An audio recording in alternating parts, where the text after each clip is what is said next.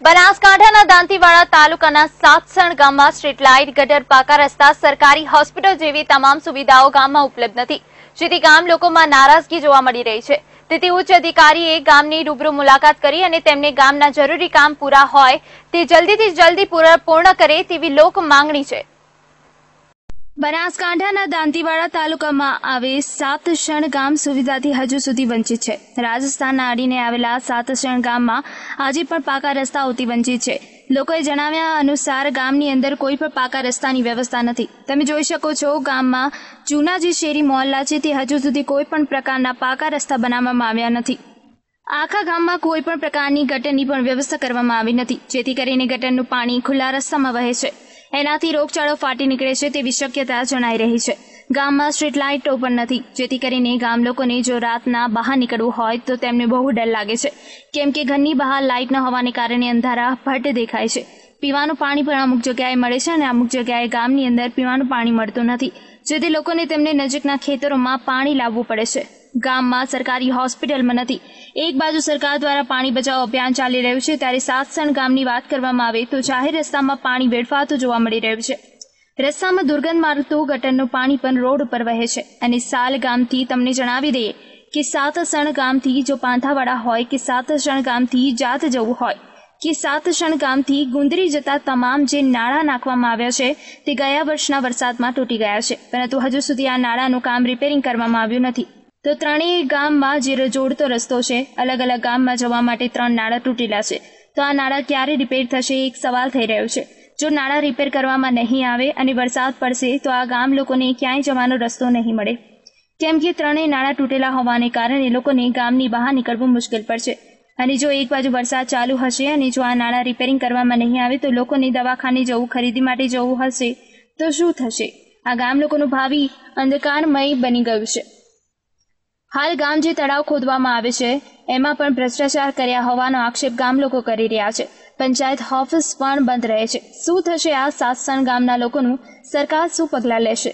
સરકાર દ્વારા તાત્કાલિક સાતસણ ગામની મુલાકાત કરે અને ગામના લોકોની જે પડતર પ્રશ્નો છે, જેવા કે પુલ જે તૂટી ગયેલા છે તેમને નવા બનાવે, રોડ, ગટર, સ્ટ્રીટ લાઇટ જેવી લોકોની સુવિધા પૂરી પાડે તેવી ગામ લોકોની માંગણી છે।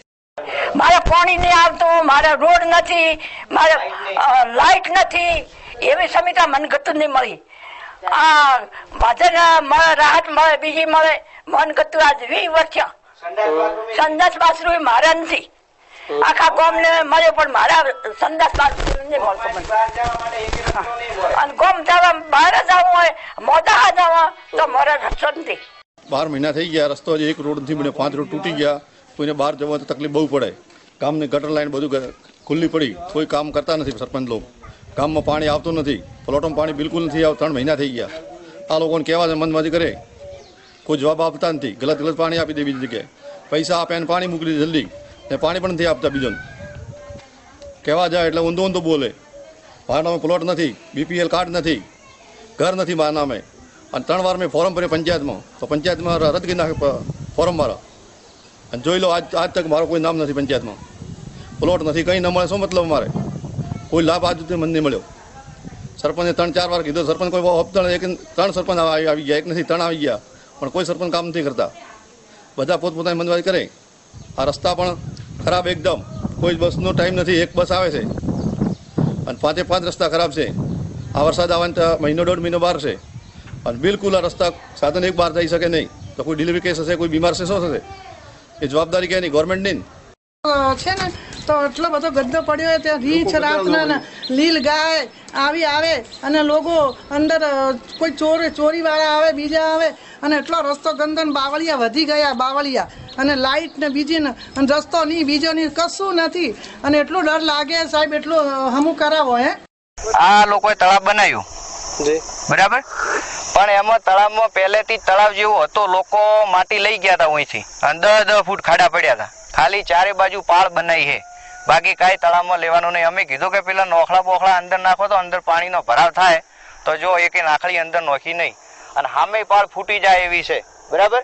અને આ બાજુ ખાડા પડ્યા ને ભાઈ, એવા ખાડા પડ્યા હતા, ખાલી 4 બાજુ પાળ ચડાઈ છે અને જતા રહ્યા કે હવે આવશું, હવે હું ખબર ક્યાંથી આવે, 3 મહિના થઈ ગયા।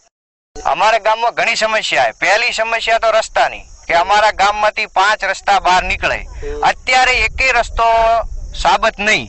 અમારે કોઈ નાનો છોકરો વિદ્યાર્થી કોઈ બીમાર થાય તો અમારે કયો લઈ જવાનું? 10% વરસાદ વરસે ને તો બધો ઠપ સાતસણમાં. બરાબર, ડેરી બંધ, દવાખાને જવાના અમારે મુશ્કેલ ફાંફા પડે, એકેય રસ્તો ક્લિયર નથી. બરાબર, પેલું તો મેન ઈ કોમ.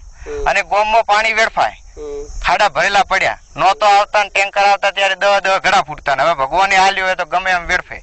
પછી રસ્તા બાબતમાં ગોમની આજુબાજુ રસ્તા હે ને એની આજુબાજુ બાવળિયા ઉભા હે, વિદ્યાર્થી લોકો ભણવા જાય, હોમેથી મોટી ગાડી આવે, વિદ્યાર્થીને ક્યાં જવાનું?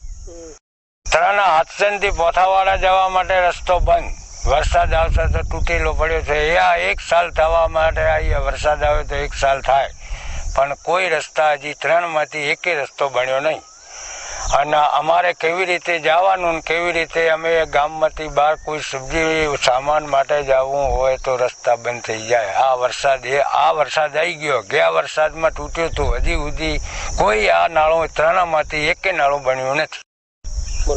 ગામ સાચરના અમે રહેવાસી સાચરના. બરાબર, અમારે પોથાડા જવા માટે રોડ ખરાબ છે. બરાબર, ફૂલ તૂટી ગયો છે અને કોઈ બંદોબસ્ત નથી. બરાબર, અહીંયાથી હવે વરસાદ પડશે તો અમારે જાવું ચાસી જા તો જાઓ તો રસ્તો ત્યાં ખરાબ છે, ગુંદરી સાઈડ જાઓ તો રસ્તો ખરાબ છે, બળોતરા રોડી જાઓ તો એ રસ્તો ખરાબ, આ પોથાડા રોડ છે. બરાબર સાહેબ, મારે એટલી વિનંતી છે, કદાચ ડિલિવરી થાય, ડિલિવરી બાયને અમારે લઈને જાવ છે, જમ અમારે વેસ્ટ જવા કે નહીં જવાય?